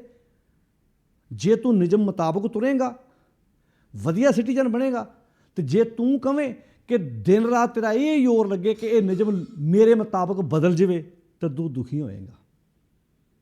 ਤੇਰੇ ਮੁਤਾਬਕ ਨਿਯਮ ਨਹੀਂ ਬਦਲਣਾ, ਤੈਨੂੰ ਨਿਯਮ ਮੁਤਾਬਕ ਆਪਣੇ ਆਪ ਨੂੰ ਬਦਲਣਾ ਪੈਣਾ। ਇੱਦਾਂ ਹੀ ਮਾਲਕ ਦਾ ਕਾਨੂੰਨ ਹੈ, ਉਹਦਾ ਦੇਸ਼ ਹੈ। ਧਨ ਸੋ ਦੇਸ਼ ਜਹਾਂ ਤੂੰ ਵਸਿਆ, ਉਹਦੀ ਇੱਕ ਕੰਟਰੀ ਹੈ, ਬੇਗਮਪੁਰਾ ਸ਼ਹਿਰ ਕੋ ਨਾਉ, ਦੁੱਖ ਅੰਦੇ ਨਹੀਂ ਤੋਂ ਠਾਉ। ਉੱਥੇ ਵੀ ਤੈਨੂੰ ਉਹਦੇ ਰਜਾ ਵਿੱਚ ਤੁਰ ਕੇ ਹੀ ਤੂੰ ਵਧੀਆ ਸਿਟੀਜ਼ਨ ਬਣ ਸਕਦਾ। ਤਾਂ ਆਖਿਆ ਸੀ ਨਾ, ਬਲਿਹਾਰੀ ਕੁਦਰਤ ਵਸਿਆ ਤੇਰਾ ਅੰਤ ਨ ਜਾਈ ਲਖਿਆ, ਕੁਦਰਤ ਕਵਣ ਕਹਾਂ ਵਿਚਾਰ ਵਾਰਿਆ ਨਾ ਜਾਵਾਂ। ਇੱਕ ਵਾਰ ਜੋ ਤੁਧ ਭਾਵੈ, ਜੋ ਤੁਹਾਨੂੰ ਪਾਉਂਦਾ ਹੈ ਵਧੀ ਸੋ ਵੱਜਗ ਨਾਨਕਾ, ਸੱਚਾ ਵੇਖਿਆ ਸੋਏ। ਜੋ ਤੁਧ ਭਾਵੈ ਸਾਈ ਭਲੀ ਕਾਰ, ਉਹ ਕੰਮ ਸਾਨੂੰ ਵੀ ਚੰਗਾ ਲੱਗ ਜਾਏ, ਜਿਹੜਾ ਕੰਮ ਮਾਲਕ ਜੀ ਸਾਰਿਆਂ ਦੇ ਉੱਤੇ ਇੱਕ ਰਸ ਤੁਹਾਡਾ ਹੁਕਮ ਲਾਗੂ ਹੈ। ਜੋ ਤੁਧ ਭਾਵੇ, ਜਿਹੜਾ ਤੁਹਾਨੂੰ ਪਾਉਂਦਾ ਉਹ ਸਾਨੂੰ ਵੀ ਚੰਗਾ ਲੱਗ ਜਾਏ। ਤੁਮ ਕਰੋ ਭਲਾ ਹਮ ਭਲੋ ਨਾ ਜਾਣੇ। ਫਰਕ ਆ ਹੈ ਕਿ ਜੋ ਉਹਨੂੰ ਚੰਗਾ ਲੱਗਦਾ, ਜਿਹੜਾ ਜਿਸ ਕੰਮ 'ਚ ਸਾਡਾ ਭਲਾ ਹੈ, ਸਾਨੂੰ ਕਈ ਵਾਰੀ ਉਹ ਭਲਾ ਲੱਗਦਾ ਹੀ ਨਹੀਂ।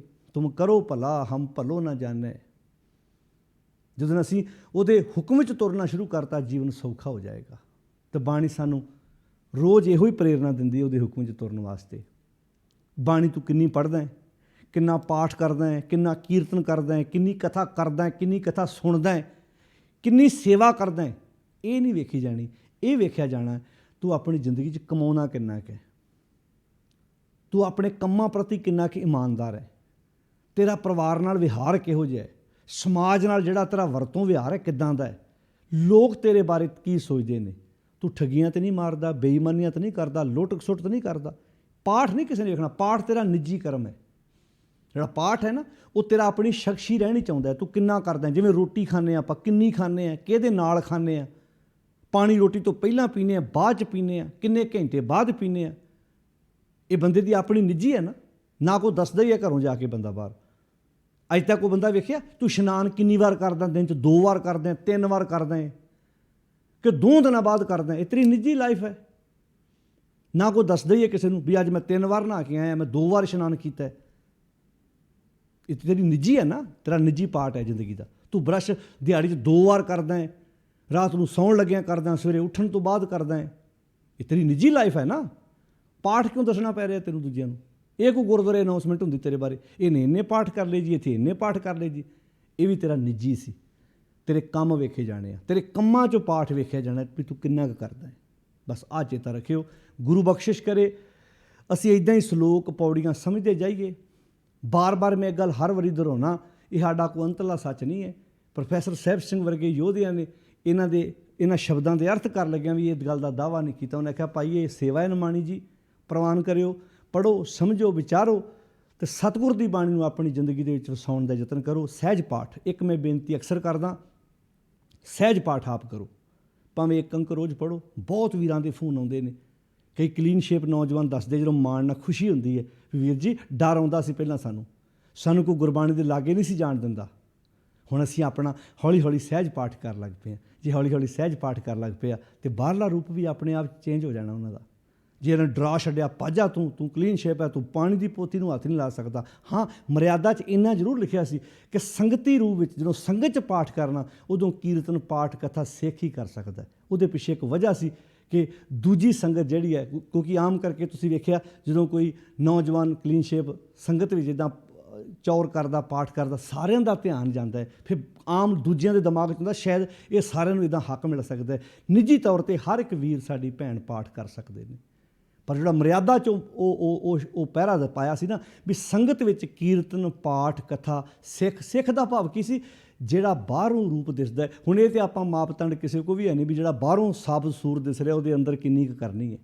ਹੁਣ ਕਈ ਵਾਰੀ ਐਸਾ ਵੀ ਹੁੰਦਾ ਸਾਡੇ ਕਲੀਨ ਸ਼ੇਪ ਨੌਜਵਾਨ ਨਾ ਜ਼ਿੰਦਗੀ 'ਚ ਉਹਨਾਂ ਕਿਸੇ ਦੇਹਧਾਰੀ ਬਾਬੇ ਨੂੰ ਮੱਥਾ ਟੇਕਿਆ ਹੁੰਦਾ, ਨਾ ਕੋਈ ਨਸ਼ਾ ਪੀਤਾ ਹੁੰਦਾ, ਨਾ ਕੋਈ ਕਰਮਕਾਂਡ ਕੀਤਾ ਹੁੰਦਾ, ਨਾ ਕਦੀ ਰਿਸ਼ਵਤ ਲਈ ਹੁੰਦੀ ਹੈ, ਪਰ ਚੀਕਾਂ ਨਿਕਲ ਜਾਂਦੀਆਂ। ਸੱਚੀ ਗੱਲ ਹੈ, ਜਦੋਂ 5 ਪੈਰਿਆਂ ਦੀ ਦੇਗ ਦੇਣ ਲੱਗੀ ਦਾ ਇੱਦਾਂ, ਇਹ ਗੱਲ ਸਾਡੇ ਨਾਲ ਵਾਪਰੀ ਹੈ। ਅਸੀਂ ਮੋਗੇ ਲਾ ਕੇ ਸਮਾਗਮ 'ਤੇ ਗਏ ਸੀ ਅਤੇ ਦੇਗ ਦੇਣ ਲੱਗਾ 5 ਪੈਰਿਆਂ ਦੀ ਨੌਜਵਾਨ, ਅਤੇ ਉਹਨੇ ਇੱਦਾਂ 5 ਜਾਣੇ ਲੜੀਵਾਰ ਬੈਠੇ ਸੀ ਲਗਾਤਾਰ, ਉਹ 'ਚੋਂ ਉਹਨੇ ਇੱਕ ਜਾਣੇ ਨੂੰ ਦੇਗ ਦੇ ਦਿੱਤੀ, ਵਿੱਚ 2 ਜਾਣੇ ਛੱਡ ਗਿਆ। ਉਹਨਾਂ ਬਾਹਰ ਆਣ ਕੇ ਕੁਐਸਚਨ ਕਰਤਾ ਮੇਰੇ 'ਤੇ, ਵੀਰ ਜੀ ਇਹਨਾਂ ਨੂੰ ਦੇਗ ਕਿਉਂ ਦਿੱਤੀ ਹੈ? ਮੈਂ ਕਿਹਾ ਜੀ ਇਹ ਅਸਲ 'ਚ ਨਿਯਮ ਇਹ ਬਣਾਇਆ ਸੀ, ਮਰਿਆਦਾ ਸੀ ਕਿ ਇਹ ਦੇਗ 5 ਪੈਰਿਆਂ ਦੇ ਨਾਂ ਦੀ ਦੇਗ ਅਸੀਂ ਕੱਢ ਕੇ ਦਿੰਦੇ ਹਾਂ। 5 ਪੈਰਿਆਂ ਦੇ ਨਾਂ ਦੀ ਦੇਗ ਹੈ, 5 ਪੈਰਿਆਂ ਨੂੰ ਨਹੀਂ ਦਿੰਦੇ ਅਸੀਂ। ਹੁਣ ਸਾਨੂੰ ਥੋੜ੍ਹਾ ਪਤਾ ਵੀ ਜੇ ਜਿਹਨਾਂ ਨੂੰ ਦੇ ਰਹੇ ਹਾਂ ਦੇਗ ਉਹਨਾਂ ਦਾ ਜੀਵਨ ਕਿੱਦਾਂ ਦਾ, ਤੇ ਕਹਿੰਦਾ ਵੀ ਜੀ ਸਾਨੂੰ ਕਿਉਂ ਨਹੀਂ ਦਿੱਤਾ। ਮੈਂ ਕਿਹਾ ਵੀ ਜੀ ਗੱਲ ਅਸਲ 'ਚ ਇਹ ਹੁੰਦਾ ਵੀ ਦੇਗ ਦੇਣ ਵਾਲਾ ਇਹ ਵੇਖਦਾ ਵੀ ਇਹਦਾ ਬਾਹਰਲਾ ਰੂਪ ਸਿੱਖੀ ਵਾਲਾ ਹੈ, ਇਹਨੇ ਇਹ ਸਾਬਤ ਸੂਰਤ ਹੈ। ਤਾਂ ਉਹ ਅੱਗੇ ਹੱਸ ਪਏ। ਉਹ ਕਹਿੰਦੇ ਵੀ ਜੀ ਵੇਖੋ, ਉਹ ਜਿਹਨੂੰ ਤੁਸੀਂ ਦੇਗ ਦਿੱਤੀ ਸਾਡੇ ਪਿੰਡ ਦਾ ਹੈ, ਉਹ ਮੜੀਆਂ ਤੇ ਦੀਵਾ ਵੀ ਜਗਾਉਂਦਾ ਹੈ, ਬਾਬਿਆਂ ਦੀ ਪੂਜਾ ਵੀ ਕਰਦਾ ਹੈ, ਕਰਮਕਾਂਡ ਪੂਰੇ ਕਰਦਾ ਹੈ, ਗਾਤਰਾ ਉਹਨੇ ਉੱਤੋਂ ਦੀ ਪਾਇਆ ਹੈ, ਅੱਜ ਚੌਂਕੀਆਂ ਲਾਉਣ ਵਾਲਿਆਂ ਕੋਲ ਵੀ ਭੱਜਾ ਫਿਰਦਾ ਹੈ। ਅਸੀਂ ਜ਼ਿੰਦਗੀ ਕਦੀ ਨਸ਼ਾ ਨਹੀਂ ਪੀਤਾ, ਪਰ ਸਾਨੂੰ ਦੇਗ ਨਹੀਂ ਦਿੱਤੀ। ਹੁਣ ਤੁਸੀਂ ਸੋਚ ਕੇ ਵੇਖੋ, ਇਹ ਨੌਜਵਾਨ ਵੀਰਾਂ ਦੇ ਸਵਾਲ ਨੇ, ਇਹ ਨੌਜਵਾਨ ਵੀਰਾਂ ਦੇ ਸਵਾਲ ਨੇ। ਹੁਣ ਇਹਦਾ ਅਰਥ ਇਹ ਨਾ ਸਮਝੋ, ਮੈਂ ਇਹ ਬੇਨਤੀ ਕਰਦਾ, ਮੈਂ ਕਿਹਾ ਵੀਰੋ ਵੀ ਜੇ ਤੁਹਾਨੂੰ ਲੱਗਦਾ ਤੁਹਾਡੇ ਸਾਰੇ ਗੁਣ ਨੇ, ਤੇ ਹਾਂ ਸੋਹਣੀ ਜੀ ਦਸਤਾਰ ਵੀ ਆਪਣੇ ਸਿਰ 'ਤੇ ਸਜਾ ਲਓ, ਫਿਰ ਅਗਲੀ ਵਾਰ ਤੁਹਾਨੂੰ ਇਹ ਕਹਿਣ ਦੀ ਲੋੜ ਨਹੀਂ ਪਵੇਗੀ। ਇਹ ਕੁਐਸਚਨ ਉੱਠਦੇ ਨੇ, ਦਿਮਾਗ 'ਚ ਆਉਂਦੇ ਨੇ ਉਹਨਾਂ ਵੀਰਾਂ ਦੇ। ਅਤੇ ਇਹ ਗੱਲ ਹੈ ਆ, ਬਹੁਤ ਸਾਡੇ ਕਲੀਨਸ਼ਿਪ ਨੌਜਵਾਨ ਐਸੇ ਵੀ ਹੈਗੇ ਆ ਜਿਹੜੇ ਨਸ਼ਿਆਂ ਨੂੰ ਵੀ ਟੱਚ ਨਹੀਂ ਕਰਦੇ, ਕੋਈ ਬੁਰਾ ਕੰਮ ਨਹੀਂ ਕਰਦੇ, ਪਰ ਆਮ ਵੇਖਣ ਵਾਲਾ ਕਹਿੰਦਾ ਲੈ ਤੂੰ ਮੋਨਾ, ਤੈਨੂੰ ਗੁਰਮਤਿ ਦਾ ਕੀ ਪਤਾ ਹੈ। ਪਰ ਇਹ ਗੱਲ ਸੱਚੀ ਹੈ, ਬਹੁਤ ਨੌਜਵਾਨ ਐਸੇ ਨੇ ਜਿਨ੍ਹਾਂ ਦੇ ਸਵਾਲ ਜਦੋਂ ਸਾਨੂੰ ਕਰਦੇ ਆ, ਦਸਤਾਰ ਵਾਲੇ ਕੋਲ ਵੀ ਅਸੀਂ ਕਈ ਵਾਰੀ ਉਹ ਉਮੀਦ ਨਹੀਂ ਲਾਉਂਦੇ ਵੀ ਐਡਾ ਵਧੀਆ ਸਵਾਲ ਕਰ ਸਕਦਾ ਜਿਹੜਾ ਸਵਾਲ ਕਲੀਨਸ਼ਿਪ ਨੌਜਵਾਨ ਸਾਡੇ ਨਾਲ ਸਾਂਝਾ ਕਰਦਾ, ਵਿਚਾਰਾਂ ਕਰਦਾ। ਤਾਂ ਮੇਰੀ ਇਹੋ ਬੇਨਤੀ ਹੁੰਦੀ ਵੀਰੋ, ਜੇ ਤੁਹਾਡੇ 'ਚ ਇੰਨੇ ਗੁਣ ਹੈਗੇ ਆ, ਆਓ ਆਪਣੇ ਆਪ ਨੂੰ ਇਸ ਕੌਮ ਦਾ ਹਿੱਸਾ ਬਣਾਉਣ ਦਾ ਯਤਨ ਕਰੀਏ, ਮਾਣ ਕਰੀਏ ਵੀ ਗੁਰੂ ਗੋਬਿੰਦ ਸਿੰਘ ਸੱਚੇ ਪਾਤਸ਼ਾਹ ਜਿਵੇਂ ਬਾਬਾ ਅਜੀਤ ਸਿੰਘ ਨੂੰ ਪਿਆਰ ਕਰਦੇ ਆ, ਉੱਦਾਂ ਸਾਨੂੰ ਵੀ ਪਿਆਰ ਕਰਨ। ਸਿੱਖੀ, ਜਦੋਂ ਤੁਸੀਂ ਕੋਈ ਬਿਜ਼ਨਸ ਵੇਖਦੇ ਆ, ਉਦੋਂ ਹਮੇਸ਼ਾ ਅਸੀਂ ਜਿਹੜੇ ਸਫਲ ਬੰਦੇ ਆ ਉਹਨਾਂ ਦੇ ਨਾਂ ਲੈਂਦੇ ਆ। ਜਦੋਂ ਕਿਸੇ ਜਿਹੜੇ ਸਕੂਲ 'ਚੋਂ ਫੇਲ ਹੁੰਦੇ, ਉਹਨਾਂ ਦੀਆਂ ਫੋਟੋਆਂ ਸਕੂਲ ਕਦੇ ਨਹੀਂ ਆਪਣੇ ਸਕੂਲ ਦੇ ਬਾਹਰ ਲਾਉਂਦਾ। ਜਿਹੜੇ ਪਾਸ ਹੁੰਦੇ ਆ ਉਹਨਾਂ ਦੀਆਂ ਤਸਵੀਰਾਂ ਆਪਣੇ ਸਕੂਲਾਂ ਦੇ ਬਾਹਰ ਲੱਗਦੀਆਂ। ਹੌਸਪੀਟਲ ਵਿੱਚ ਜਿਨ੍ਹਾਂ ਦੇ ਆਪਰੇਸ਼ਨ ਸਫਲ ਹੁੰਦੇ ਆ, ਠੀਕ ਹੋ ਕੇ ਮਰੀਜ਼ ਜਾਂਦੇ ਆ, ਉਹਨਾਂ ਦੀਆਂ ਫੋਟੋਆਂ ਹੌਸਪੀਟਲ ਹਮੇਸ਼ਾ ਡਾਕਟਰ ਲੋਕਾਂ ਨੂੰ ਵਿਖਾਉਂਦੇ ਆ। ਵੇਖੋ ਜੀ ਇਹਦੀ ਬਾਈਪਾਸ ਸਰਜਰੀ ਹੋਈ ਸੀ, ਅੱਜ ਇੰਨੇ ਸਾਲ ਹੋ ਗਏ ਨੇ, ਪਰ ਕਿੰਨੀਆਂ ਡੈੱਡ ਬੋਡੀਆਂ ਗਈਆਂ, ਉਹਨਾਂ ਦੀਆਂ ਫੋਟੋਆਂ ਕਦੀ ਨਸ਼ਰ ਨਹੀਂ ਕਰਦੇ ਵੀ ਕਿੰਨੇ ਬੰਦੇ ਸਾਡੇ ਹੌਸਪੀਟਲ 'ਚੋਂ ਮਰ ਕੇ ਵੀ ਗਏ ਨੇ। ਇਹਦਾ ਅਰਥ ਅਸੀਂ ਹਮੇਸ਼ਾ ਜਿੱਤ ਦਾ ਸਿਰ ਆਪਣੇ ਮੱਥੇ ਬੰਨ੍ਹਦੇ ਆ ਨਾ। ਅਤੇ ਜਦੋਂ ਸਿੱਖੀ ਦੀ ਗੱਲ ਆਉਂਦੀ ਹੈ, ਉਦੋਂ ਹਮੇਸ਼ਾ ਉਹਨੇ ਵੀ ਤਾਂ ਅੰਮ੍ਰਿਤ ਛਕਿਆ ਸੀ, ਉਦੋਂ ਗੁਰੂ ਗੋਬਿੰਦ ਸਿੰਘ ਦੇ ਸਾਹਿਬਜ਼ਾਦਿਆਂ ਵੱਲ ਧਿਆਨ ਕਿਉਂ ਨਹੀਂ ਜਾਂਦਾ? ਉਦੋਂ ਭਾਈ ਤਾਰੂ ਸਿੰਘ ਵੱਲ ਧਿਆਨ ਕਿਉਂ ਨਹੀਂ ਜਾਂਦਾ? ਉਦੋਂ ਬਾਬਾ ਬੰਦਾ ਸਿੰਘ ਬਹਾਦਰ, ਹਰੀ ਸਿੰਘ ਨਲੂਏ ਵੱਲ ਧਿਆਨ ਕਿਉਂ ਨਹੀਂ ਜਾਂਦਾ? ਕਿਉਂ ਅਸੀਂ ਉਹਨਾਂ ਡਿੱਗੇ ਹੋਏ ਬੰਦਿਆਂ ਦੀਆਂ ਉਦਾਹਰਨਾਂ ਦੇਣੀਆਂ ਨੇ? ਆਓ ਮੇਰੇ ਨੌਜਵਾਨ ਵੀਰੋ ਭਰਾਓ, ਕਾਫਲਾ ਬਣਾਓ, ਸਭ ਸੂਰਤ ਹੋਈਏ, ਗੁਰੂ ਦੀ ਬਾਣੀ ਪੜ੍ਹੀਏ, ਨਸ਼ਿਆਂ ਤੋਂ ਰਹਿਤ ਹੋ ਕੇ ਸੋਹਣੇ ਸਮਾਜ ਦੀ ਸਿਰਜਣਾ ਕਰਨ ਵਿੱਚ ਆਪਣਾ ਯੋਗਦਾਨ ਪਾਈਏ। ਸਾਰਿਆਂ ਦਾ ਧੰਨਵਾਦ। ਆਪਾਂ ਲੜੀਵਾਰ ਜੋ ਆਸਾ ਕੀ ਵਾਰ ਦੀ ਬਾਣੀ ਦੀ ਵਿਚਾਰ ਕਰਦੇ ਪਏ ਹਾਂ, ਇਹ ਆਪਾਂ ਰਲ ਮਿਲ ਕੇ ਸੇਵਾ ਕਰਦੇ ਜਾਈਏ। ਵਧੀ ਸੋ ਵੱਜਗ ਨਾਨਕਾ, ਸੱਚਾ ਵੇਖੈ ਸੋਏ, ਸਭਨੀ ਛਾਲਾਂ ਮਾਰੀਆਂ। ਛਾਲਾਂ ਛਾਰੇ ਮਾਰਦੇ ਆ, ਚਾਹੁੰਦੇ ਆ ਵੀ ਹੋ ਜੇ, ਆ ਵੀ ਹੋ ਜੇ, ਪਰ ਕਰਤਾ ਕਰੇ ਸੋ ਹੋਏ। ਹਾਂ, ਜੇ ਤੇ ਚੰਗਾ ਕੰਮ, ਇਹ ਛਾਲਾਂ ਪਤਾ ਕਿਹੜੀਆਂ ਬੀਜਦੇ ਕਿਕਰਾਂ ਵਾ ਅਤੇ ਆਸ ਬਿਜੋਰ ਇਲਾਕੇ ਦੀਆਂ ਦਾਖਾਂ ਦੀ ਲਾ ਕੇ ਬੈਠੇ, ਇਹ ਛਾਲਾਂ ਵਾ। ਚੰਗੀ ਛਾਲ ਮਾਰਨ ਤੋਂ ਬਾਣੀ ਥੋੜ੍ਹਾ ਰੋਕਦੀ ਹੈ, ਛਾਲ ਮਾਰ। ਹਾਂ, ਜੇ ਗਵਾਂਢੀ ਪੜ੍ਹਦਾ ਹੈ, ਜੇ ਉਹਦੇ ਬੱਚੇ ਚੰਗੇ ਬੰਨੇ ਤੁਰੇ ਨੇ, ਤੂੰ ਵੀ ਆਪਣੇ ਆਪ ਨੂੰ ਤੋਰ, ਤੂੰ ਵੀ ਉਸ ਬੰਨੇ ਤੁਰਨ ਦੀ ਕੋਸ਼ਿਸ਼ ਕਰ। ਇਹ ਛਾਲ ਮਾਰਨੀ ਮਾੜੀ ਗੱਲ ਨਹੀਂ। ਜਿਵੇਂ ਲਿਖਿਆ ਹੁੰਦਾ ਨਾ, ਸੜ ਨਾ ਰੀਸ ਕਰ। ਰੀਸ ਕਰੋ ਨਾ ਚੰਗੀ, ਵਿਖਾਵੇ ਵਾਲੀ ਰੀਸ ਨਹੀਂ ਕਰਨੀ, ਚੰਗੀ ਰੀਸ ਕਰਨ ਵਿੱਚ ਕੋਈ ਵੀ ਹਰਜ ਨਹੀਂ ਹੈ। ਤਾਂ ਸਤਿਗੁਰੂ ਜੀ ਕਿਰਪਾ ਕਰਨ, ਬਾਣੀ ਪੜ੍ਹਦਿਆਂ ਵਿਚਾਰਦਿਆਂ ਆਪਣੀ ਜ਼ਿੰਦਗੀ ਨੂੰ ਖੂਬਸੂਰਤ ਬਣਾਉਣ ਦਾ ਯਤਨ ਕਰੀਏ। ਅੱਜ ਆਪਾਂ 11 ਨੰਬਰ ਪੌੜੀ ਦੇ ਨਾਲ ਜਿਹੜੇ ਸਲੋਕ ਆਏ ਨੇ, ਉਹਨਾਂ ਦੀ ਵਿਚਾਰ ਰਲ ਮਿਲ ਕੇ ਸਾਂਝੀ ਕਰਨ ਦਾ ਯਤਨ ਕੀਤਾ। ਕੱਲ੍ਹ ਤੋਂ ਆਪਾਂ 12 ਨੰਬਰ ਪੌੜੀ ਅਤੇ ਉਹਨਾਂ ਦੇ ਜਿਹੜੇ ਨਾਲ ਸਲੋਕ ਆਏ ਨੇ, ਉਹਨਾਂ ਦੀ ਲੜੀਵਾਰ ਵਿਚਾਰ ਤੁਹਾਡੇ ਨਾਲ ਸਾਂਝੀ ਕਰਾਂਗੇ ਜੀ। ਸਾਰਿਆਂ ਦਾ ਧੰਨਵਾਦ। ਅਦਬ ਸਤਿਕਾਰ ਨਾਲ ਫਤਿਹ ਬੁਲਾਓ ਜੀ। ਵਾਹਿਗੁਰੂ ਜੀ ਕਾ ਖਾਲਸਾ, ਵਾਹਿਗੁਰੂ ਜੀ ਕੀ ਫਤਿਹ।